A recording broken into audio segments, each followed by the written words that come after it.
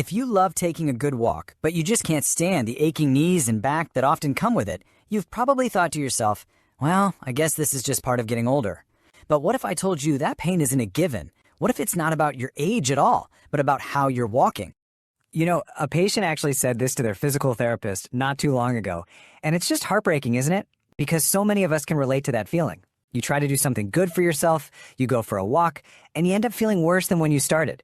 It's so easy to start thinking your own body is letting you down. But this is exactly where we need to flip the script. What if the problem isn't the walking? What if it's the little tiny habits we don't even know we have? It's a small change in how you think about it, but it's incredibly powerful. It takes you from feeling helpless to being back in control.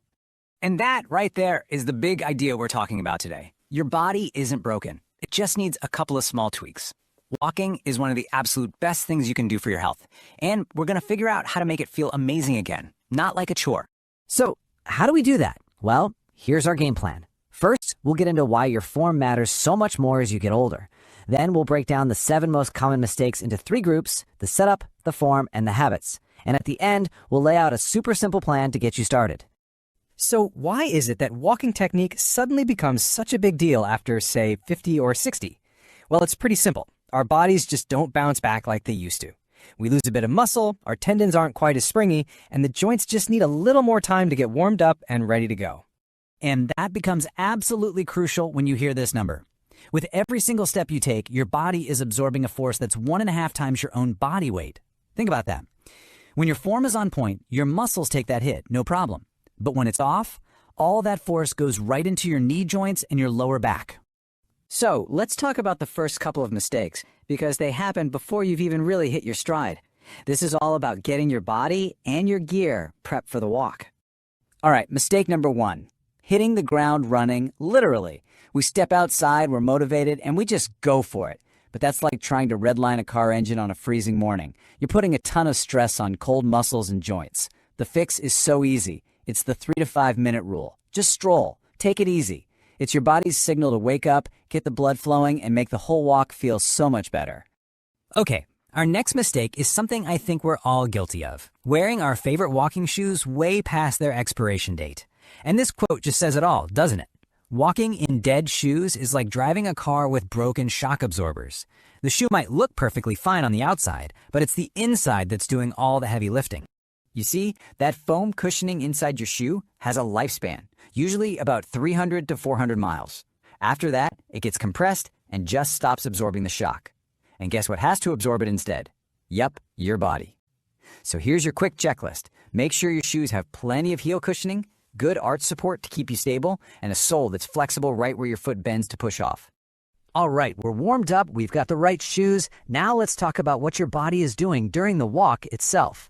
These next 2 mistakes are all about your posture and how you move. The next one is the classic slump. So many of us walk around looking down at our feet, maybe worried about tripping. But for every single inch your head moves forward, the strain on your neck and upper back can double. If you've ever felt that burning ache between your shoulder blades after a walk, this is probably why. Plus, when your chest is caved in, you can't get as much oxygen, which makes you get tired faster. And the fix for this is actually pretty cool. Just try this little visualization. Picture an invisible string gently pulling the very top of your head up towards the sky. Let your shoulders just relax and fall, and bring your gaze up to look about 15 or 20 feet ahead of you. Your peripheral vision will handle spotting any bumps in the road. I promise. This one little trick instantly aligns your whole body.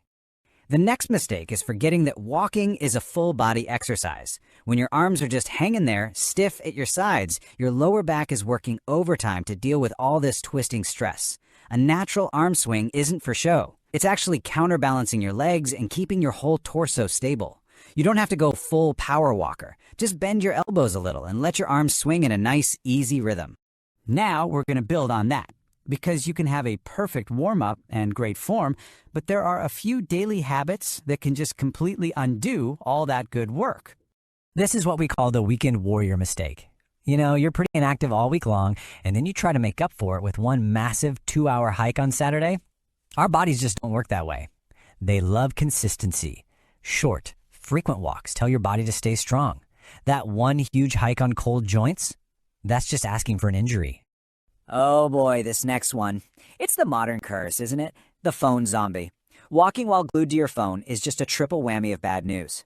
1. It totally wrecks your posture. Hello again, slump. 2. It keeps your arms locked, so you lose that stabilizing swing. And 3. It's a huge fall risk because your brain isn't paying attention to where you're going. The rule here is simple. Phone goes in the pocket. And finally, it's so important to remember that your walk doesn't end the second you step back inside.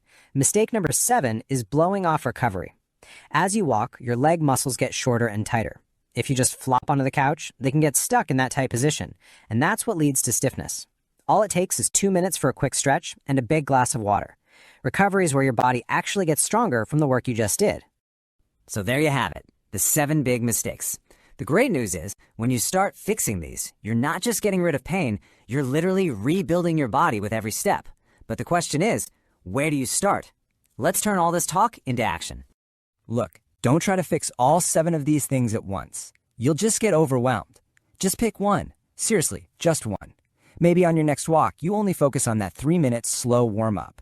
Or you just try that invisible string trick for your posture. Start small, see how it feels, and then you can build from there. And that really brings us to the final thought here. For so long, we've kind of been taught to blame our age for all our aches and pains.